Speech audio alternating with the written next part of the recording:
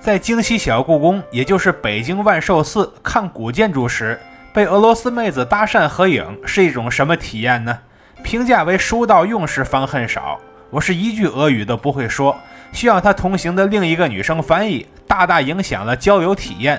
拋開這一點不談，這座萬壽寺本身也是值得一逛的。每年3月底4月初這會兒，寺內都有大量的玉蘭花綻放，所以會有很多人拿着長槍短炮來賞花。而建築本身則是在明万历年間由皇帝的母親李太后帶頭捐資建造的。它在明末戰爭中被毀，又在清順治年間得到了大力修繕，所以這邊的建築基本上都是明建清修，待會兒就不一一細說了。如今這裡既是全國重點文保單位，也是我北京之旅的重要目的地之一，以及今天又是穿明制漢服逛北京的一天。萬壽寺來都來了，就幫列位诸公畫一畫重點，方便各位來此觀賞吧。大家好，我是徐公，这次一定点關注，下次旅行不迷路啊！我目前在這個地方是北京的萬壽寺啊，一會兒我們好好的逛一逛這。我是2026年3月過去的，地鐵萬壽寺站下車，繞過來就到門口了。它同時也是北京藝術博物館。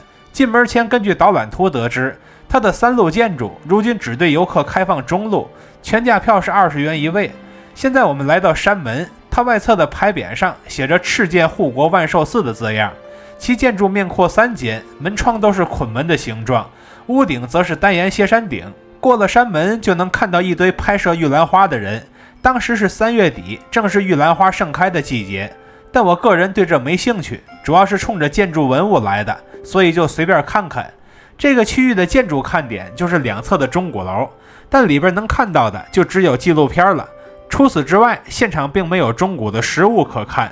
看完這些，我們走進下個建築，也就是天王殿。以前這裡邊有彌勒佛和4大天王等造像，現在則換成了萬壽寺歷史沿革展。我們在展廳得知，萬壽寺始建於明萬歷年間，寺中原有一口永乐大鐘，那是從別處運來的，在清朝時被運走了。之後在康雍乾時期，萬壽寺又被屢屢擴建，對應的文物則是清代的虛空通體匾。現場的那幅電子壁畫頗有一種故國衣冠無人時，卻把華服比戲服的感覺。之後在近代，萬壽寺屢遭列強洗劫，直到上世紀80年代，它才以北京藝術博物館的身份涅槃重生。至此，我們就逛完了這個展廳。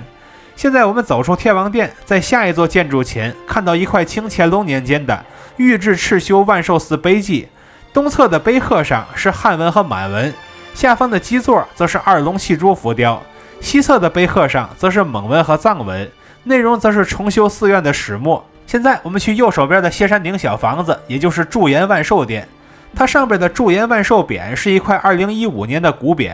殿內的展覽主題是漢傳佛教造像藝術。如果你認不清佛像的各個位置都叫什麼，可以看圖學習。對應文物包括穿通肩袈裟、右手向前結無畏印的清代銅旃檀佛像，旁邊那尊雙手抱拳的是明代銅漆金迦摄尊者像，後面是一組菩薩像，其中有明代的铜普贤菩薩像，菩薩你可以認不出來，但白像肯定能認出来。後面還有一件送子觀音，這是明代的德化白瓷，很有代表性。其中夾雜着一大組象牙雕罗漢，也是高矮胖瘦，形態各異。它另一側的西配殿名叫安心净殿，也是始建於明朝。它的镂空窗棂用的是前梅紋，造型令人印象深刻。内中所陈列的是藏傳佛教藝術展，同時在展廳發現藏傳佛教的手印姿勢和漢傳沒多大區別。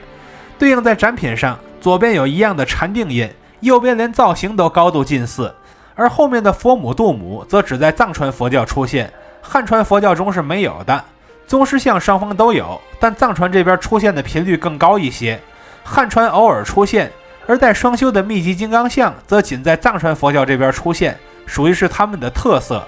看完這些，我們奔向正殿，這是一座面闊5間的大房子，窗棂所用的是正八經的3焦6碗菱花紋，它的屋頂則是单檐5殿頂，配置還不低。它的名字叫做慧日常輝殿。現在我們進入正殿，看看它裡邊都有些什麼。其中最靠前的是明代的毗卢遮那佛像，這尊佛像頭戴五佛冠，雙手結翠上菩提印，這個姿勢又被稱為毗盧印，因毗盧佛常用此種手印而得名。而下方蓮花寶座上則刻着1000尊小佛，其體量和工藝精美程度實在令人印象深刻。然後我們來看殿內的清代三世佛像，東側的大佛是藥師琉璃光佛，其下方的須彌座中有捆门和小獅子浮雕，佛身穿半袒右肩式袈裟，手中持钵，後方背光中的裝飾則是自明代後興起的六拿具，中間的大佛為釋迦牟尼佛，西側的大佛為阿彌陀佛，其他佛的造型與第一尊佛相同，就不多說了。之後我們來看殿內的18羅漢造像，我找遍了資料也沒見到它的具體年代，只能根據現場展牌中清代遗址塑像這一條推斷，既然不是清代新做的，那它想来就是明代原物了。这些罗漢衣服上的金色是用鉑金工藝制作而成的，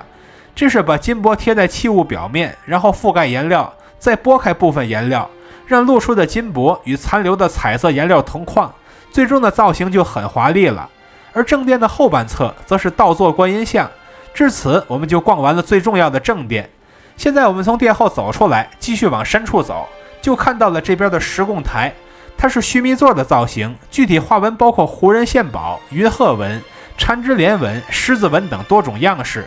畫風為明早期風格。這一進兩側的配殿都不開放，所以直奔正殿萬壽閣。這是一座面闊5間的2層樓閣建築。殿內是一個吉獸文物專題展，其中讓人印象深刻的文物包括皇帝粉彩福壽紋盤，上面除了大量团壽字之外，還有蝙蝠圖樣、福通福，此外就是老慈禧手寫的壽字。而現場其餘的文物就沒啥讓人印象深刻的了。現在我們來到下一間院落，然後就遇到了來搭訕合影的俄羅斯妹子。自從穿上漢服之後，幾乎天天都會被搭訕，已經稀鬆平常了。所以我們繼續參觀萬壽寺，文物可不是天天有的。這邊兩側的配殿，其中一側展出的是世人與禽主題，具體對應的文物則是以鶴為主的古畫，另一邊則是吉祥主題，對應文物包括清代的粉彩鸡紋碗，還有松石綠地粉彩花鳥碗，上面有花有鳥，也有吉祥之意。然後我們來看正殿，這邊還是禽鳥主題展，但已經輪到鳳凰了。對應展品包括清代的鳳穿花青花瓷蓋罐，還有清代的瑪瑙喜，它旁邊的耳朵是鳳形的，還有清代的鳳漆梧桐扇面，這也是經典的鳳凰形象了。看完這些，我們向後來到花園區，這邊簡單介紹了2018年那次的大修實錄，對應展品則是大修時拆下的木石構件，平時它們含在建築裡看不太清楚，這次就能看得更清晰。繞過假山，我們能在後邊看到一座重檐攒尖頂建築，建築前有個明代水池遺跡，後來康麻子修繕時就把它給埋下邊了。建築本身是乾隆御碑亭，石碑上面記載的是乾隆給母親重慶皇太后過壽時擴建萬壽寺的往事。下面繼續劃重點，它的西洋門旁邊有一座無量壽佛殿，殿內有一座蜃金多寶通佛塔，是明代原物，上有佛、菩薩、羅漢、諸天等400多尊造像，感覺它和黑神話悟空第3章的浮屠塔外形是有幾分接近的。現在我們去最後一個院落，這邊原有的方丈院現在改成家具館了，館藏的家具文物不少，但華麗的不多。讓人印象深刻的只有一件花梨嵌大理石面雕雲龍紋書案，桌面上鋪的是一塊大理石，周遭的花紋非常密，上面所雕刻的都是密密麻麻的雲龍紋，其餘的都比較家常，隨便看看就好。至此我们就徹底逛完了萬壽寺。總體來說，這20元門票還是相當值的，畢竟這裡邊的寶藏數量還是相當多的。建築本身沒什麼看頭，但造像和館藏文物還是比較豐富的。